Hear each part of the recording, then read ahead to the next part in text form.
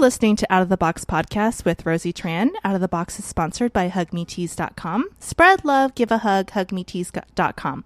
Guys, I am so excited about the emails that I've been getting this week, and I love the emails. I always love the emails, but what would help me out even more is if you guys go on iTunes.com, look for Out of the Box podcast, and leave a positive comment. I know you guys are sick of me saying leave a positive comment, but I get all these nice emails and I think, if you guys could leave it as a positive comment, that would help me out so much more. And as always, we're on Stitcher and SoundCloud. Thank you so much for all the new SoundCloud followers this week. I am here today with a good friend of mine. He is an entrepreneur and his name is Evan, and I'm going to mess up your last name, Evan, so please correct me. You're going to go? You want me to just drop? I do. Okay. It's Karadimov. Okay. And you're Ukrainian? I'm Russian Greek, Ukrainian, or Armenian, Bulgarian, all across the map. So what is the worst Americanized mispronunciation of your last name you've ever heard? It's funny. Typically, actually, the last name isn't what's butchered quite as much. I've actually had people mispronounce my first name. Evan? Like I've had people call me Even. Yeah, and I don't understand because it's EVAN. Like, even I would think would be EVEN. Yeah, I know. Right? So honestly, I've actually had the first name messed up more than the second. That's the craziest thing I've ever heard. It was funny. I just had a business guy come on and I listened to his podcast like 5 times to make sure I got his name right, and then I still got it wrong. Yeah, it'll happen. So you are the host of an upcoming, it's not yet to be released, radio show called Influence Radio. Correct. And you also have an e-branding business, and you're an entrepreneur. Now, this is a big thing because I know a lot of people out there are looking for alternative income. They're looking for things to create wealth in their lives. And entrepreneurship is a great outlet, but it's a lot of work. And so maybe you can shed some light on what got you into that journey, because, you're not just born an entrepreneur. It's something, well, I think maybe a lot of people have that entrepreneurial spirit inside of them, but it takes a lot of learning, right? Yeah, absolutely. For me, I always felt like there was something different than the kind of the traditional path, and like being, coming from the Ukraine to the United States, my family like always wanted me to follow the path and have a job like, whether it's a doctor or an engineer or something like that. And something always felt off about that for me because I was always into art and I wanted to pursue art when I was going to college. And I was kind of, like told to go follow the traditional path. So when I was in college, it still didn't feel right to me.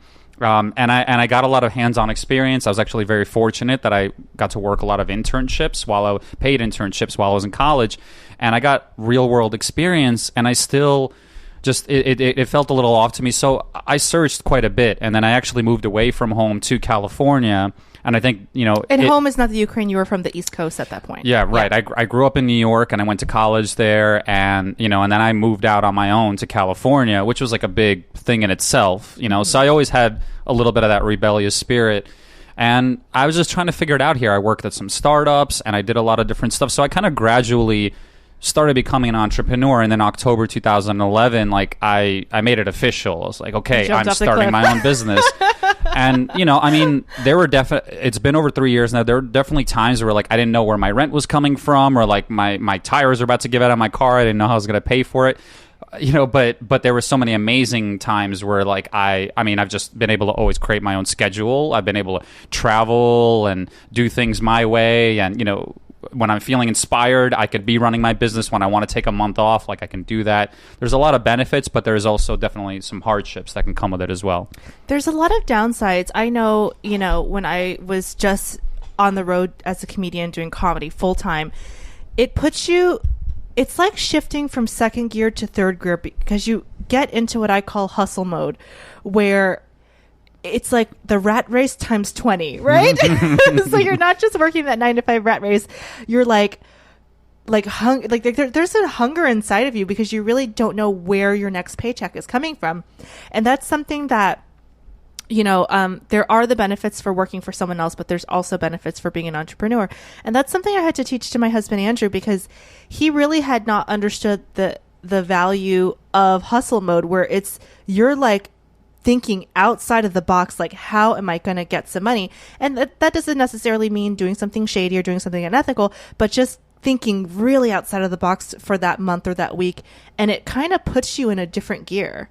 I mean, do you relate to that? Oh, absolutely. I mean, it's so different. You know, you and I were just talking about this, like when you work for a company, like when you work a 9 to 5, I mean, you can punch in and punch out, like energetically, like you come in and then you're there for that business and you do whatever is kind of required of you. Typically there's a structure that's put in place for you, so you can kind of run free in that structure, and then you punch out and you go home, and then you're in home mode, you know. But you don't have that as an entrepreneur. Like when you're like constantly on go. Yeah, like you're having a hard time sleeping at night because you're thinking about, like, how do I make my company better the next day? I mean, you literally make or break the company. There's no one giving you any structure. Like you have to create work like 80 hours a week, because everything in your mind is what is next, and there is a value to that, I think, because you're able to be a little bit more creative, I think, you know, where you're just thinking of, and like you said, that can also be aware on people. So what were some of the things that were motivating you, or some of the techniques that you used to motivate yourself to create your business or to create your client base? You know, I'd say the biggest thing for me is, like, I have to be clear on my vision. Like, I have to be clear on kind of why I'm doing it. You know, again, it's different when you work for a company. It's like, you know, the company kind of creates the vision for you and they create their structure for you, and then, you know, you go and you're essentially contributing to the whole. Whereas as an entrepreneur, I mean, you are the visionary, and you have to like get yourself motivated. You're every the leader. day. You are, again, because I mean, you make or break it, and especially when you have like consultants or people that work under you, like, you're responsible for them, and you're responsible for being the driver of the business. So for me, I mean, it always comes back to vision, and, you know, I really have to, like, feel purposeful in my business. Like, I have to know that, you know, this project is contributing to something greater than myself. You know, for me, like, it's about, you know, changing the world or helping small businesses to, you know, empowering them to go and help other people. Like, that's a big thing that moves me. So if I'm not connected to that, if the company that I'm pursuing, let's say, you know, they might not be congruent, or I'm not feeling that, like, I'm going to have a hard time staying motivated with them as my client, versus a company that I could tell that, you know, they're doing great things. You feel passionate about their vision, like you're totally in alignment, right? Absolutely. And then I know, like, I can give them a solid 2 or 3 months, maybe longer, and I will be really motivated, and I'm going to get the work done, and it'll be a very harmonious process. You know, I'll be compensated for my work. They're going to get great work out of me. So, you know, that clear vision, that being congruent with, like, your purpose, for me is essential as an entrepreneur. Yeah, it sounds like you want to feel purposely driven towards something, not just like you're floating around just doing work. And I think that's what a lot of people have an issue with their typical 9 to 5, is not feeling aligned with that vision. And it's very important, because when you're passionate about something, or when I'm passionate about something, I know I work 20 times harder than if I just don't care. Right? Absolutely. So it's definitely very important. Let's talk about failure. How important is failure? Because we're taught in school not to fail. I mean, I definitely feel that the typical, you know, school system teaches, you know, kind of this brainwashing of memorization and spitting out facts and don't fail, don't be a loser, don't, you know, you want to make straight A's. But it's sometimes in entrepreneurship, I feel like the F student is the one who actually gets the A, if that makes any sense. Yeah, absolutely. Well, you know, it's funny. You automatically made me think of a great quote I just heard the other day, and it's actually Elon Musk. So I think, you know, Elon Musk, for those of you who don't know, he started SpaceX, PayPal, and Tesla. You know, yeah, he's just doing a couple of things. You know, I think he's like trying to start life on Mars or something. I don't know.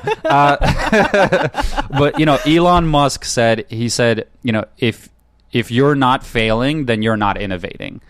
So I'm paraphrasing it a little bit, but I find that to be absolutely true, because, you know, if you're afraid of failure, then for me, I mean, like, why even be an entrepreneur? Like, I mean, if you just want to kind of have something safe, then again, like, there's structure out there for you. But for me as an entrepreneur, I mean, you know, we are the artists, we are the creatives. Like, we're here to break down barriers and to be out of the box and to do non-traditional things, and that requires failure. And I think that there's like a negative connotation that's put on failure because, like you said, totally it's agree.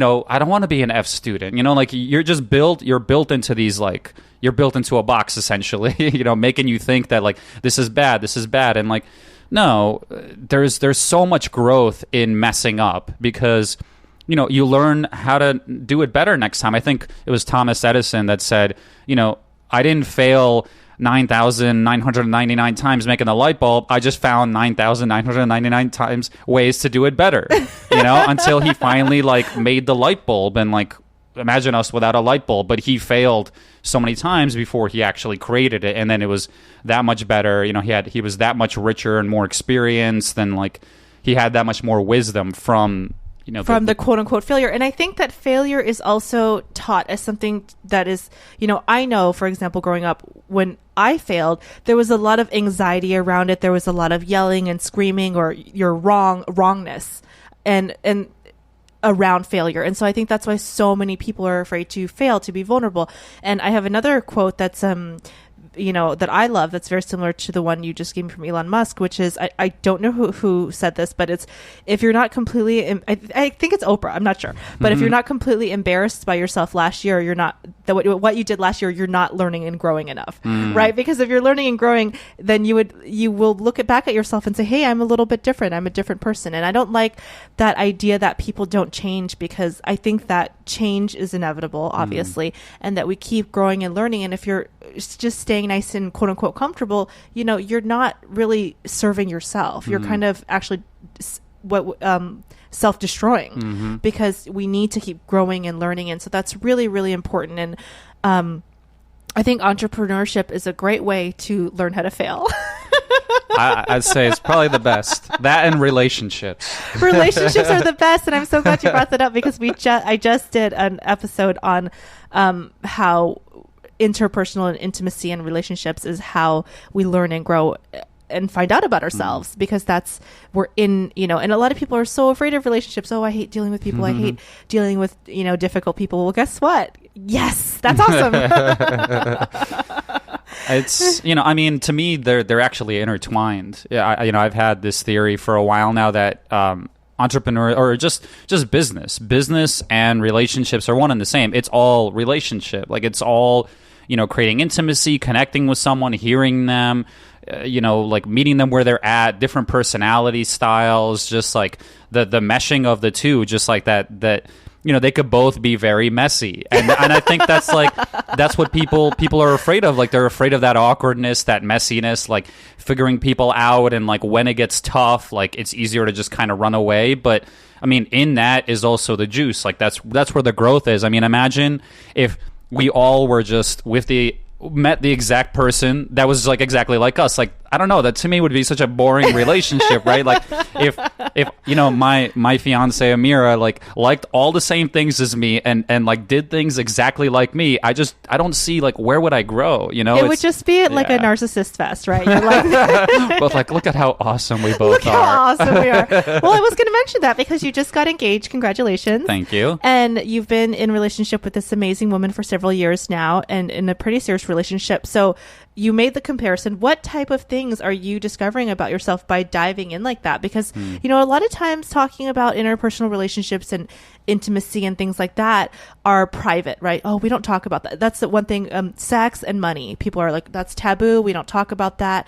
We shouldn't talk about those things. But why not? Because those are the things that teach us about ourselves. What are we supposed to talk about? The weather and, like shopping? Like, it's all, that's all the icing of life, but I want the center of the cake, right? So how is your relationship with and you don't have to disclose anything you feel uncomfortable with your lovely fiance, very similar, the things that you're learning about yourself, Well, it's funny, Amira. So I mentioned that I started my business October 2011. I met Amira February 2012. So I don't think that's a coincidence. Again, like, they're for me, they're very intertwined, because it's like, when you lose your fear about starting a business, and again, you don't have to start a business. I'm just using it as an example. Taking a risk. It's not for everyone. Yeah, like life, I took a huge risk in saying like, I'm going all in on this entrepreneurial thing, right? I went all in, and like, it's just I know that led the way to me meeting Amira, because I had to conquer a certain type of fear to go all in on that business that I feel opened up the path for me to meet Amira. And I had been looking for a relationship like since I can remember. For a while, I remember. For a long time, yeah. I mean, I dated. I moved around a bunch. Like it was really awkward, and like I never was with anyone like longer than a year. And then with Amira, I just clicked. And it's funny. Like we both said, talking about it after. The kind of the space that we were in was. I know it sounds kind of cliche, but it's like. We actually weren't looking for it. We were at a mutual friend's birthday party. I was going there to celebrate him and just treat myself, like treat yourself. I was going to just go and like have fun and have a couple of drinks and celebrate with my buddy. Had absolutely zero intent on meeting someone that night. She was there to be a wingman for her girlfriend. Okay. She was going to find someone for her girlfriend that night. So like talk about like kind of literally, not looking for it, and something about that actually allowed us to find each other. So do you think that when you shifted into the mindset of, hey, I'm going to be open to anything as far as your business, that kind of changed the way you were thinking? Because there is a desperation when you're looking. I actually had the exact same similar situation as you. I was looking and looking and looking for a guy, and it just seemed like everyone was the wrong match. And I actually have an exactly similar story. The way I met my husband, Andrew, was I was not in the space at all. I'm like, I'm not even going to look. Whatever the universe brings me happens. And then the night I met him, I'm not even kidding. The second I saw him, I'm like, I think that's my husband. And it was really bizarre. So do you think that shifting into that mindset of just being open for anything and shifting into that entrepreneurial, like, let's just go for it, whatever, who cares? I'm not desperate. I'm not needy. Let's just see what the world brings me, actually created that opening instead of that desperation that a lot of people have. I need someone. I want someone. I need to be with someone, where you're almost putting an energy out and you're almost pushing people away from you. Does that make sense? Yeah, absolutely. And I mean, and that could show up in business too, when it's like you really need to pay your rent and you're like, oh, you're my so God, desperate I for need the to job, like, right? And people feel it, and that's when you're actually not creating results. You're like constricting. You're constricting yourself. It's like this closed hand kind of like clenching of the fist kind of feeling versus like open palm, more like receiving kind of feeling. Yeah. So, kind of bring it back to like a more, a little more understandable terms. It's so interesting with that whole experience that I think, yes, like I was open to receiving it and I was a whole different mindset. But, I think what it really came down to was like, I really started taking care of myself for the first time in my life. I spent a lot of my life just like wandering and trying to find things like outside of me, like I really want love. Like it's outside of me. Like it's outside of my control. Like I'm not responsible. I want love somewhere else. Right. I'm not like the source of love. Yeah. Like this person is my source of love versus like I have love within me. Like, I'm feel perfect, whole, and complete. Like I'm taking care of myself. I'm exercising. I'm, putting good food in my body. And, I think that led into the business. Like the business, it was a full trust in myself. That's really what it was, is like I felt fulfilled enough in my life and trusted myself enough that I was like, I'm going to do this, and I'm going to figure it out as I go. And like, there's the quote about like, take the jump off the cliff and then build your wings on the way down. Like that's what it felt like. And, I think that's really kind of what led the way for the relationship, because I was all in on that business from that point. And I was really like, in a way, all in on myself, and like that's it. I'm going to take care of myself. Like I've learned a lot, and it's time for me to actually like go and experience it, and not necessarily rely on anyone else. And I think that's really what actually led to me meeting Amira. Is I felt complete, I felt whole, and that allowed her, to kind of come into my life. And she felt the same way in her life. She's like, it was the first time that I really was taking care of myself. I really was like about me, and there wasn't anything that I was missing. I like that idea of taking care of yourself, because I think there's a lot of misconceptions that if you take care of yourself, you're a selfish person.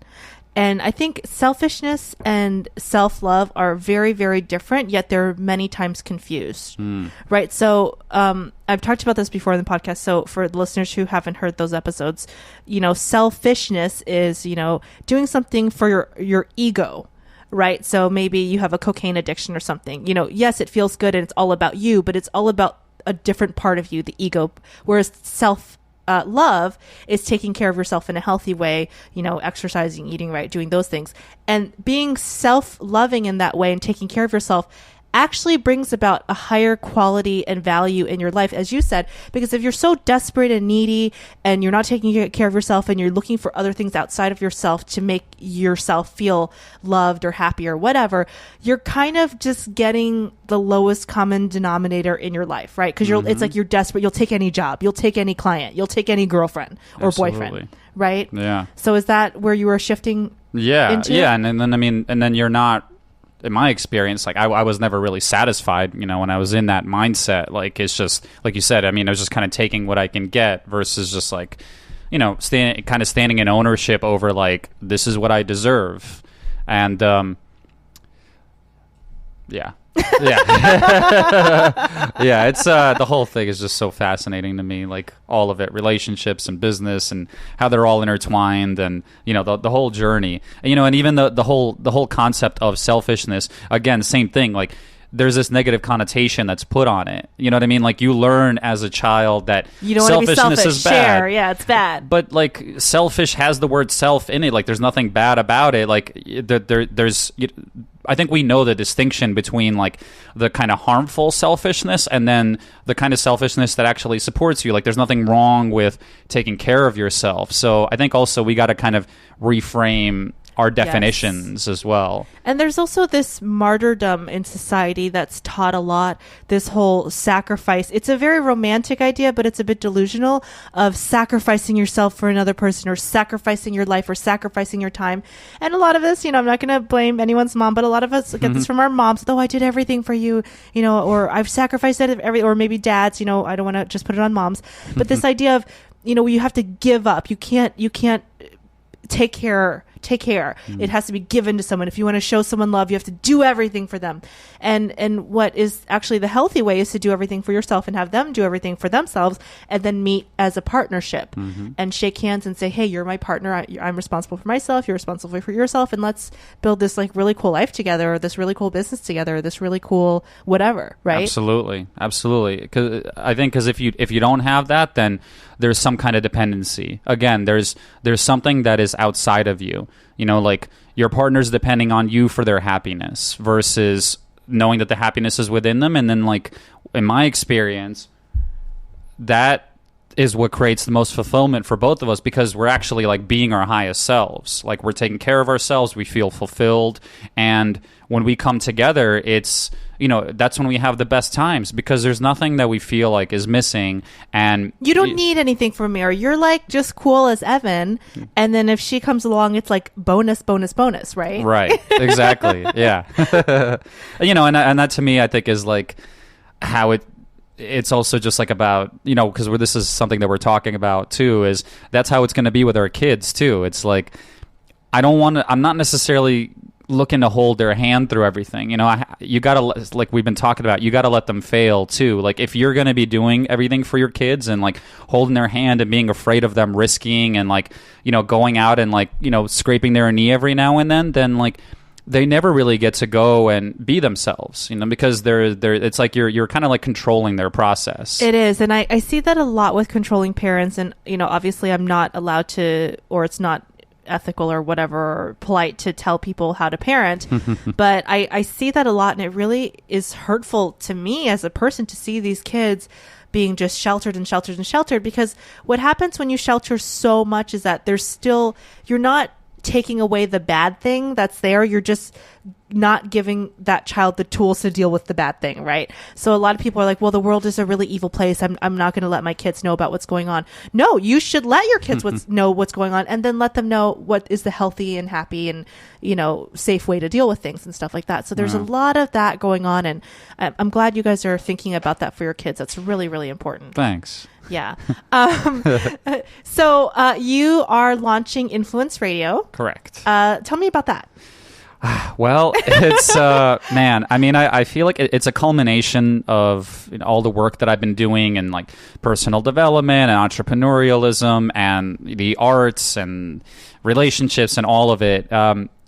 It's kind of like this discussion that you and I are having now. There's so many important topics and lessons that I've learned, and so many amazing people that I've met, that I feel like it needs to be available to people. Like I wanted to create something where people have an archive that they can always access of just like great content, that's inspirational, that's empowering, it's very forward thinking. I mean, I think especially for our generation, I think that we're all trying to figure it out right now, and I think like as you kind of come up in the ranks and as you discover yourself and you start creating results in your life, I find for me, it's always been very important to pay it forward.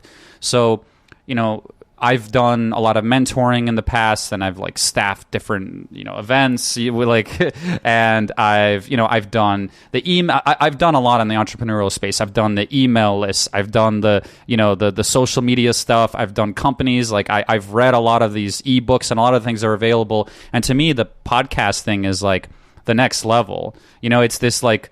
It's so funny. It's like it's got such an enormous following, but it's the thing that most people still don't really know about yet. I would say I think the statistic that I was told was that the majority of people, I think it was like 95% of people or something, don't even know what a podcast is, and so there's still this untapped area of information where I love it because it's quick information. Of course I love reading, but reading takes time, and you're reading and you're processing, and so a lot of people do ebooks or audiobooks, but podcasting is a quick way to learn information very quick, and you just absorb it so quickly. And so I think that it's great. What inspired you to other than just paying it forward? You just had this information and you thought, why not a book? Why not Yeah, it's the medium that makes the most sense to me right now. Like I've always been, I've been drawn to video for a long time because, in my opinion, like it hits all the pleasure zones. You're getting the audio, you're getting the visual, and you're able to really digest information from like all these different senses. But for me, the podcast is so great because, I mean, one, it really is not that hard to produce. It doesn't take like. In terms of just getting started, it's not that expensive. And, if you have a laptop and you get a couple of pieces of equipment, like you can get started from your home, which I think is just amazing. It's so empowering. I love that about it, that it gives anyone a voice. But then two, the biggest thing for me is, you can really like tell a story through podcasting. There's something very special about it. It's like when the concept of like when you read a book and then you see the movie and they're like, oh, the book was so much better. But it's because when you read the book, like you can create your own imagery in your mind and you can really get like lost in it, and you digest as much or as little of it as you want. To me, the podcasting is really like, it's like a spoken book. It's like a version right? of that, right? Because you can imagine everything. Yeah, like they can picture us right now having this conversation, and they could like picture like what your walls look like and stuff like that. And so for me, it's something very powerful. Like I get to take my interviewees through that experience. Like not only do I get to pull out the very best of them, like what makes them unique, what are their strengths, like what allows them to be successful in their life, which to me is just like, I love it. But then also too, like we get to create this narrative together, like co-create it. That's really going to create a transformational experience for my listeners, and it's such a win-win for me and the individuals that are on the show, because I'd like to think that I'm being very particular about the people that are on the show, and it's people that are, that want to create that same kind of vision, that same kind of transformational experience. Like they want to help people on a greatest scale as possible.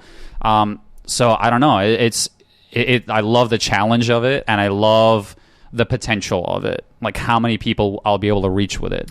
So what are some of these informational things that you wanted to share with people? You're saying you have this passion, you've learned all these things. What is some of that information? Well, I mean, a lot of what we're talking about right now, whether it's like how to create a successful relationship, or how to travel the world on a budget, or how to start a business, or how to get your email list started, or how to start a podcast. Because that's your business, the ebranding. Yeah, I mean, my business essentially, like my passion, my strength is like online branding and marketing strategy. That's kind of the simplest term. So I mean, everything from you have an idea to turning that idea into something that is very digestible for your target market, to turning that into a logo, to a website, to having an email list subscription form on your website, to getting people into that email list, to then emailing them, to then telling them about your podcast, to you want to do video, you want to do an app. Like I've done a lot of that kind of work. You know, I've run my own digital agency for the last 3 years where, you know, we've got to just play with a lot of this stuff and really like stretch what's possible with technology. So I'm always passionate about talking about that kind of stuff, and anywhere I need to go with people from, you know, the very start of their concept to the very end where they're like, you know, they got a whole app and like online store.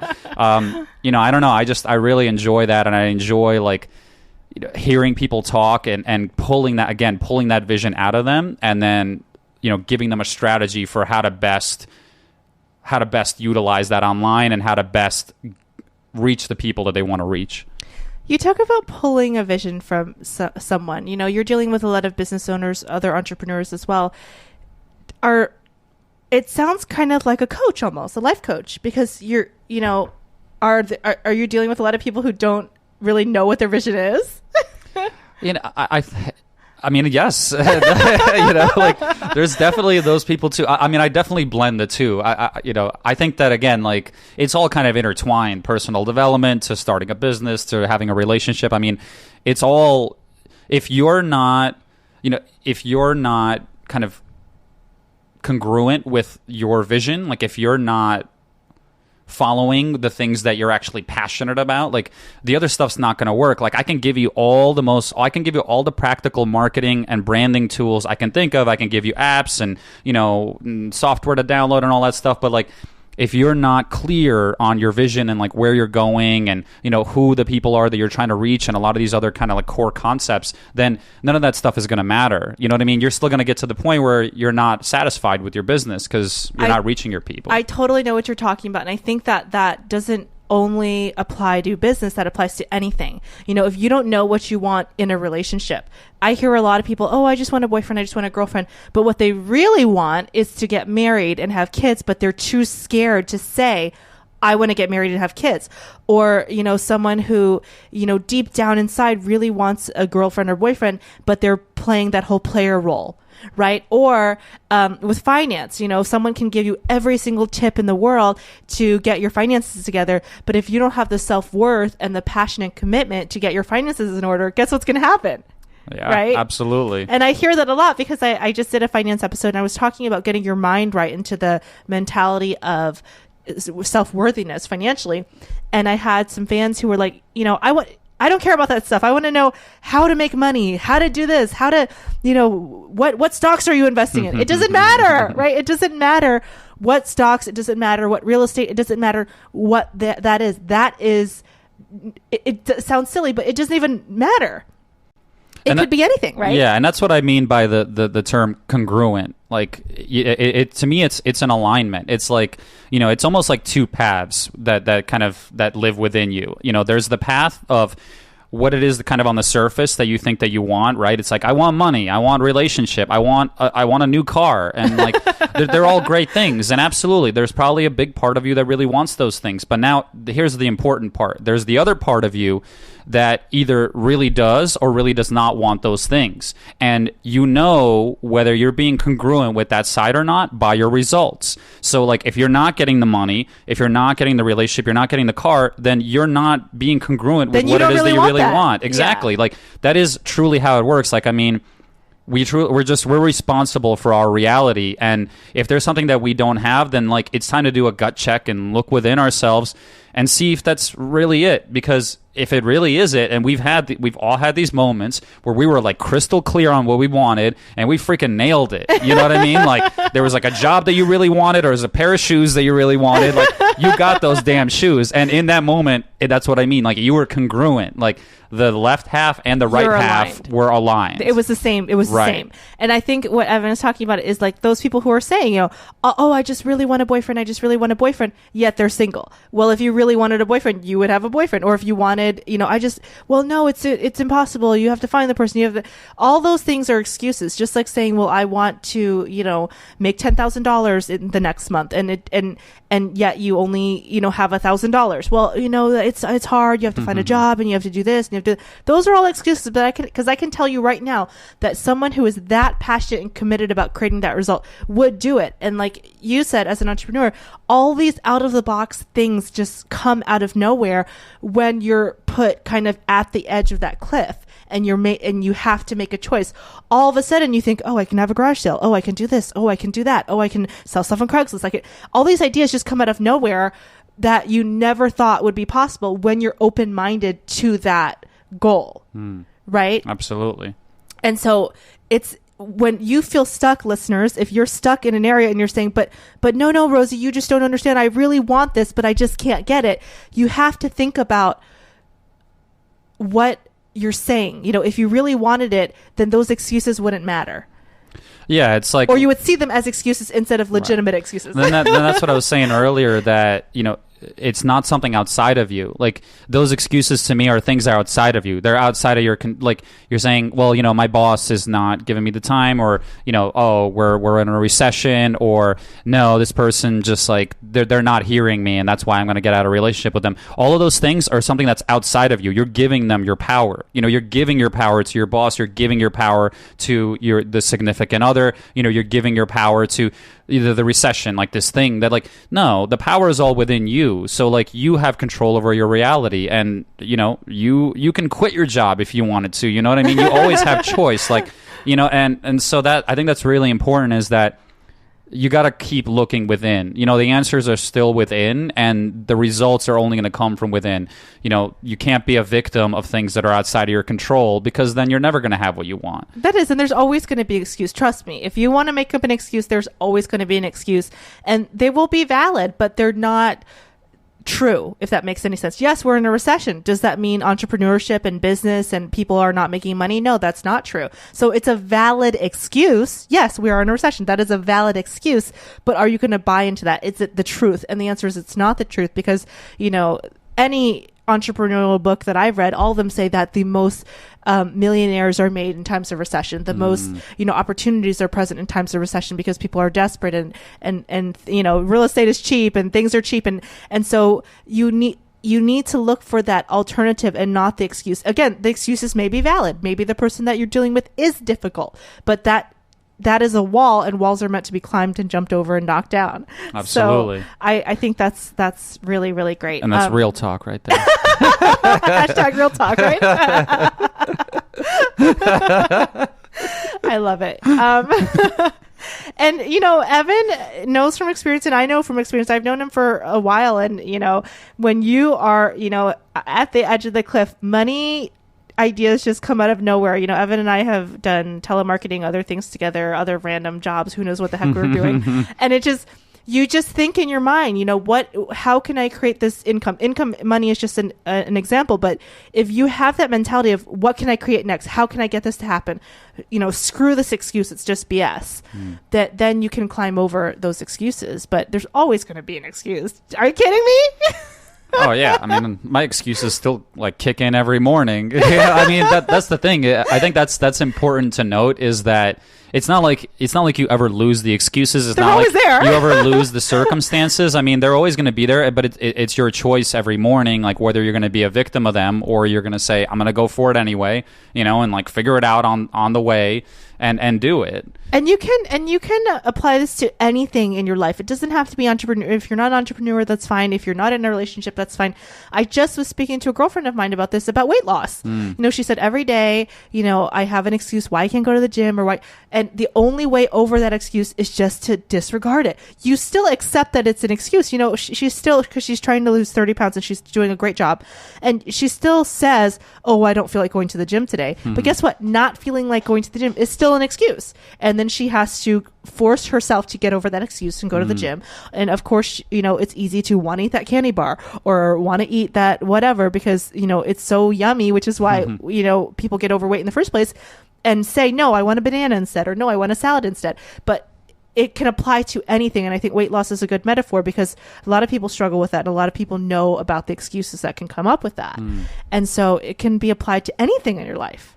Yeah, I mean the cool thing is that like with everything that you kind of have this resistance to, that you have this fear over, with everything that you tackle, you build up that muscle. You know, you get like you get like more and more strength. Yeah. Exactly. It's like you just get better and better at it, and it spills into the other areas of your life. So it's like the more you resist working out and you go and work out, suddenly the more clear you're getting in relationship, and suddenly like your business is starting to get better. Like these things are not a coincidence. It's just like they're not separate. They're all connected. Yeah, it's part of you. You're building your power up. Like you're just getting more and more confident in all domains of your life. Like you're tackling things that once made you uncomfortable, and you're like setting a new ceiling for yourself.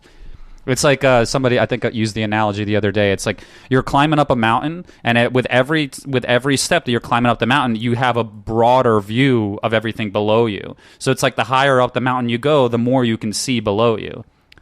You talked about being uncomfortable. A lot of people don't like that. Yeah. Oh, yeah. Tell me about it. They don't like doing things because it makes them uncomfortable. I've heard that a lot. I have a relative who's, well, I don't like that. That makes me uncomfortable. Do you think uncomfortability is a mental thing? Like, do you think that it is? First of all, what is your viewpoint on uncomfortability? Do you think that's something that's real? Is it a mental block? Where does comfortability and uncomfortability come from? It's funny, because I was just thinking about it. There's another quote that I love, and again, I mean, I'm paraphrasing some of these quotes, but you get the gist, which is, your success in life is directly proportional to the number of uncomfortable conversations you're willing to have.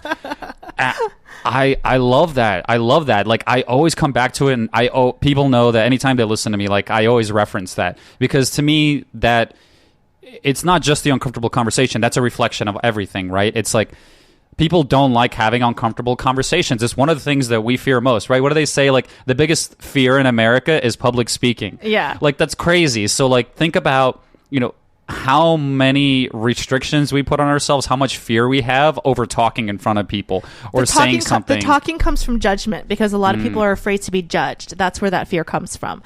And it's so silly, because I hear all the time people saying, well, I just don't care what anyone else thinks. But really, usually they so much care what everyone else thinks, right? And so that uncomfortability, the reason I think conversations get uncomfortable is because when you're addressing something that's uncomfortable, you're addressing something that's real and authentic, and people don't want to go there. It's very safe to say, oh, how's the weather? Okay, that's nice. Oh, well, how's your mom, and how's this? Oh, she's good. Okay, this and that, all these what I call BS conversations, surface level. Yeah, surface level, lowest common denominator, this and that. And anything that's uncomfortable is the real stuff, the meaty stuff. That's why I don't shy away from talking about sex and relationships. I don't shy away from talking about, money and other things, because anything that matters is uncomfortable. Right? Yeah, that's the juice. That's like the yummy stuff. Yeah. And so that is something that is very, very important. And what has being uncomfortable taught you? Wow. Well, I would actually, for me, fortunately, like, that's actually, I feel one of my strengths is that being uncomfortable. Yeah. Like and I think that honestly, like, that for me is like what has created much of my success in my life, is that I was willing to be uncomfortable. I mean, it was super uncomfortable to start a business, like all out. It was super uncomfortable to get into a relationship, and it was even more uncomfortable to stay in that relationship and then like maintain it for 3 years and then get engaged, and now we're getting married. And like all of these things come with a very high level of being uncomfortable. I think especially for our generation, like a lot of this stuff is still new for us. We're figuring things out. Like, what is it like for a man to be a man, a woman to be a woman? Like, all the roles have changed. What does it mean for our generation to be married, to work, to be entrepreneurs? Do we go to college? Do we not? Like, a lot of these really awkward things, we're still transitioning, and from the old system. Right. Yeah. And all of it for me comes with a level of being uncomfortable, because, we, for the first time, like, we do have way more freedoms, and we have the power of choice, and there's not like any one set path that everyone follows, which is like awesome, a beautiful thing, right? But it can be very staggering, and it could be like paralyzing, I think, especially for our generation. So What was the question again? What if you learn from being uncomfortable? That's absolutely where the growth is. You know, like being willing to go there is what's allowed me. I mean, I'll just give an example because it's like the best way that I can describe it. You know, Amir and I, we got engaged last year, and like the whole engagement, marriage, wedding process is there's still so many old school mentalities that have like kind of come up, you know, from her or just from the families, from everyone, right? From everyone. It's like, oh, you guys got, you know, you guys got engaged, so like you're going to be doing things in a certain way, right? So you guys are going to have your, like, we just went on our honeymoon before our wedding. Like we're making a lot of non-traditional decisions because why not? You know, and like, that's what works for you guys. Yeah, like we kept hearing from everyone, you know, as we were getting engaged and as we were like kind of, you know, teeing up the wedding and everything, like, oh my God, you know, like the engagement process was so like strenuous for us and like it was so frustrating and I was so glad it was over and all this stuff. And I'm like, that's crazy to me. Like that's supposed to be the part that you're celebrating and like you're showing your affection for one another, you're celebrating with your family, and it's supposed to be the most magical aspect of it, you know, like.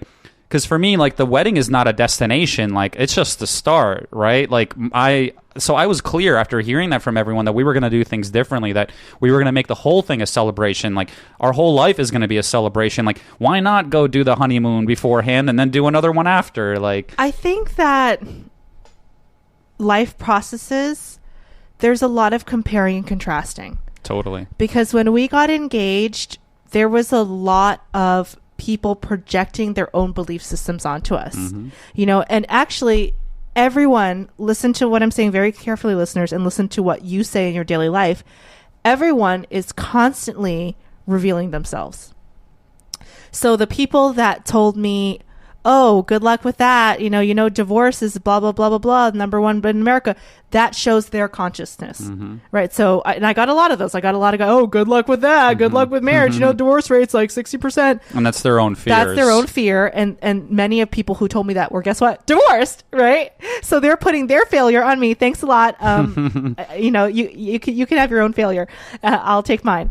And a lot of people would say, you know, great, congratulations, I'm so happy for you. And that was their consciousness and their revealing of what they were, and some people, you know, didn't even care about our engagement. Well, when are you guys having kids? When are you guys having kids? When are you guys having kids? And that was their consciousness level, what they were focusing on in their lives. And so I think that those type of events, and I've noticed it happen several times in my life when I reach certain milestone, quote unquote, milestone events, is people are ready to compare and contrast and project. So next time as a listener, when you're saying something to someone about their marriage or their life, notice what you're saying, because that is like really, really, it's a lot of times people just blurt stuff out and they don't even realize what they're saying, but that is showing where your mind is at. Right. And I'm sure you got a lot of different viewpoints, right? Oh, I get it all the time. You know, and again, talk about, just to kind of bring it back to the uncomfortableness. It's like, yeah, I can easily say, oh my God, you know, they're right. What if we get divorced? You know, what if this, what if that? And that would be actually the very comfortable thing to do. It's like just kind of to conform to it and accept it. And like, no, like the uncomfortable thing is saying like, no, that's not the case. I'm going to like, again, check in with myself. What is my vision? Like, that's what matters. That to me is like what's uncomfortable is, again, you know, being a visionary, breaking down barriers, doing things that people don't expect you to do, or like doing things that they all tell you that's not going to work. You know, that to me is like that, you know, they find that in every single successful entrepreneur, every single, you know, successful person in relationship. Like, they all have that in common, is that they were willing to kind of stay the course and blaze the trail regardless of what they were hearing from other people. And that to me is super uncomfortable, you know, because it's like you're kind of going based on your instincts. You know, you're actually going against the tide, which, you know, has all their justifications and mathematical equations and charts, and their history and their proof and everything. Yeah, and they're like, oh, look, like, you know, 60% of people in America are divorced. I mean, you know, probably give or take at this point. But like, you can say, wow, like that's they're right. Like, that's my reality, and like I'm probably gonna get divorced. So you could say, you know what, like I'm gonna start shifting that number and get it closer to 50, get it closer to 40%. Like, let's do something different. Let's change the perspective. Let's, you know, we as a generation do it like our way, you know, do it the way that we know is possible. And there's been a big shift in the past, 40, 50 years. There was a big shift from the very, very traditional, we have that image of the 1950s and the 60s and 70s kind of shook everything up. But now we are the product still of that generation and their shift in mentality. And with the internet and with technology, things are shifting even faster, because what was creating those shifts before was information and knowledge and things like that. And now with the speed of information being so quickly, people are just shifting, things are it's like a domino effect. Things are changing so rapidly and so quickly. And people who are not comfortable with change and uncomfortable with change, get to learn how to shift real quick or be lost in the, you don't want to be a tape deck or an 8-track in the, in the modern world. that to me is like, it's like the beauty of our, where we're at right now. And you could either, use it to your advantage, or you could be a victim of it, which is exactly what you're saying. That, like, think about it this way, and I used this analogy the other day. Like, less than or a little over 10 years ago, we had those giant like server racks. I don't know if you remember these things. Like, inside buildings, they had like a whole floor. Oh, for computers. Yeah, they had a whole floor dedicated to giant like network cable, like Yes. giant tower things, right? I do know what you're talking about. One of those, like, if you take the iPhone, has more power than one of those giant server racks. That was less than 10 years ago. And the technology is it's exponential growth. So it's only going to get more and more microscopic and more powerful and at an elevated rate. So, you can either use that to your advantage, because, like, think about it.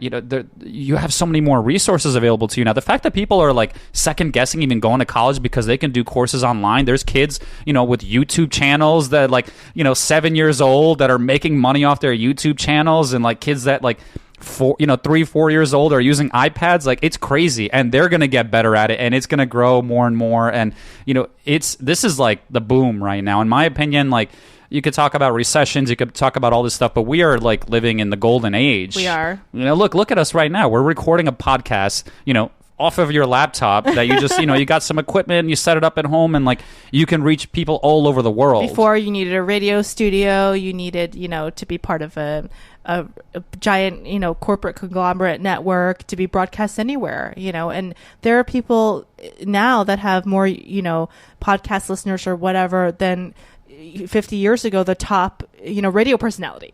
So it's definitely changing very, very quickly. And, we need to wrap up soon, but I want to know, what are your top success, not motivators, but what are your top success skills that you've learned being an entrepreneur? So what really has helped you more than anything? You did talk about vision and making sure that you're very clear with your vision. How does someone go about doing that? Because I meet a lot of people who are very cloudy with their vision. They're just, well, I don't know what I want. Well, I think I want this, but I'm not sure. Or their head or their heart are at odds. What are some ways to get clear? And then what are some other, success techniques? Well, I'll keep it simple. I'll give like two options. So for those that want to do it themselves, I'd say the best thing, I believe in simplicity, is, and I do this exercise all the time, and I always recommend it to people that are not clear. And this is for visioning. Yeah, for visioning. Very simple. Sit down somewhere where you're not going to be interrupted. Go to a quiet room. Turn off your phone, and I mean literally turn it off. Like no silent. Zero interruptions. No one's going to walk in on you or anything. Put a timer on for 10 minutes and write. Whether you want to do it on a laptop or on a piece of paper, or you just want to like talk into your phone through the voice recorder, whatever's going to allow you to have a stream of consciousness, and go for 10 minutes without stopping. So you know that you can't stop until that 10 minutes is over. And even when you're feeling uncomfortable, even when you think you've got it all out, right? You keep going, because what happens is that the longer you go, the actually deeper into your subconscious you go, without any interruptions, without messages going off on your phone. And don't judge what you're saying. Totally, just keep recording. like allow it to come out. You'll always be able to read it after. So don't be in the process of like writing it and judging it. Yeah, let it come out, and then after the 10 minutes, if you want to read it, which I mean, of course you should, then read it, and then if you need to judge it, you can judge it, but just also like read it neutrally, because this is like, these are your hopes, wishes, and wants. Like, this is what you want. Like, go in that sense. Have that mentality of like, if I didn't have to worry about time or money or education or any of this What would I stuff, do? what would I do? Like, what would I do with my days? And allow that to kind of come forward onto that paper. So that's the do-it-yourself method, which anyone can do right now, right? It's amazing. Now, the other big thing I will say, and it could be very supplemental, but I just encourage everyone to do it, is to have a mentor. I mean, again, it's very simple. In my, like, I knew from an early age, like, my uncle, he would mentor me. Like, he took me under his wing, and he would tell him, one day he just told me, he's like, why make mistakes when others have made them for you? Yes. Times 20. I love that, and I totally agree with it. I love that. First of all, I love that. Can I just say that? I've had so many people, I said, I'm not going to do this because I've seen this mistake before. People, well, you don't know. You don't have the experience. I don't. And these, like, other people have made this experience and made this mistake for me. So I'm just going to trust them, and I'm not going to waste my time making that mistake. Yeah. Yeah. Why? Awesome. Well, I mean, what's the point, right? We've learned in history certain things don't work. So why do we keep doing them? Just to learn ourselves? No, thanks. I don't need that painful experience. Absolutely. And that's why, having a mentor is...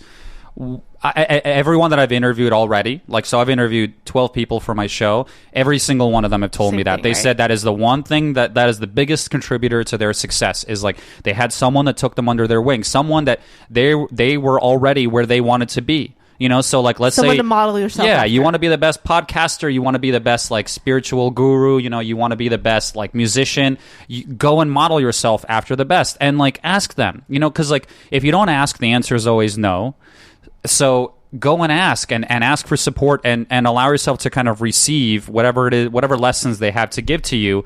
And I mean, I've had people, I've just been very fortunate that I've known that, and I've seeked it, and I've had a lot of different people from all different walks of life that have showed me the way along the way, and it's saved me so much time and so much hassle. And I know it's a direct reflection, like what I'm creating in my life now is a direct reflection of all the mentors that I've had in my life. Because you're kind of using leverage. You're leveraging their life experience and all that time and energy they wasted. And instead of wasting it, you're just saying, okay, I got the info. Thanks.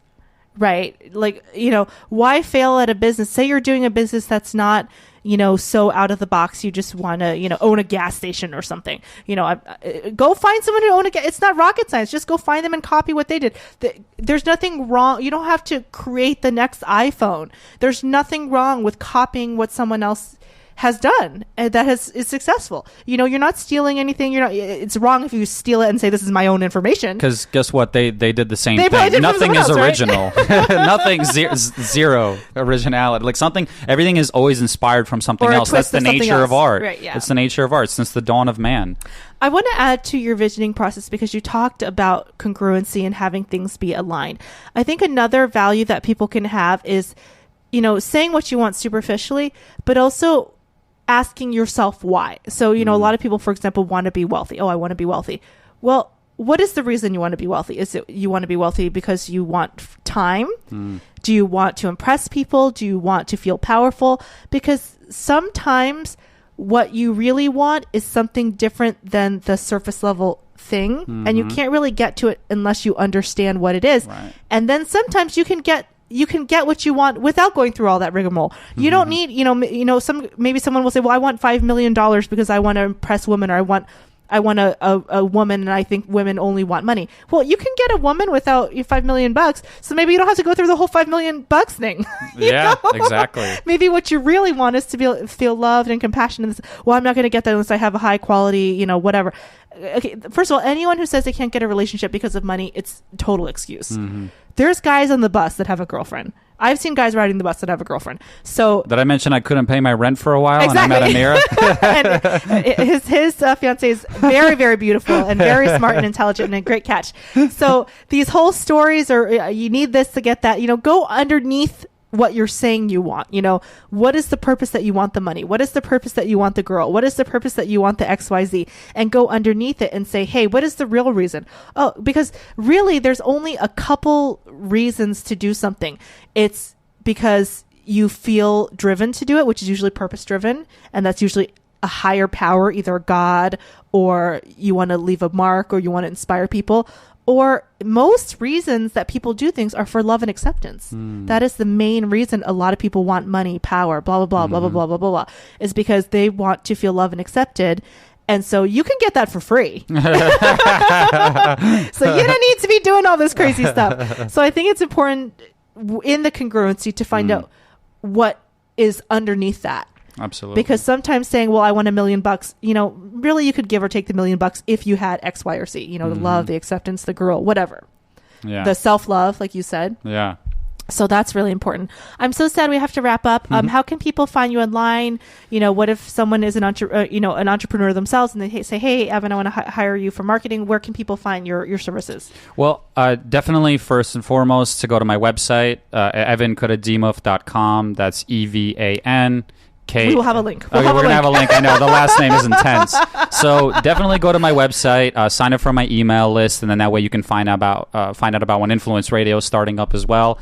And then to get in touch with me, just follow, go to subscribe to my email list, and then send me an email. I'm pretty easy to reach. I've got profiles online up the wazoo. I'm a marketer after all. Yeah, and I'm really excited for what's next, and I'm excited for you guys to check out some of my own stuff as well. I've got some really great things coming out all the time, and thank you for having me on the show. This has been a lot of fun. Well, if you guys enjoyed Evan, I will have all the links on outoftheboxpodcast.com, and check out Influence Radio. It should be launching this summer. And Evan is an amazing entrepreneur, an amazing thinker, so he will have some awesome guests on there. And if you like, the type of guests that I bring on, then you'll definitely love Evan's guests. Evan, thank you so much. Of course. Thanks for having me. You're welcome. This has been Out of the Box Podcast with Rosie Tran. Out of the Box is sponsored by hugmetees.com. Spread love, give a hug, hugmetees.com.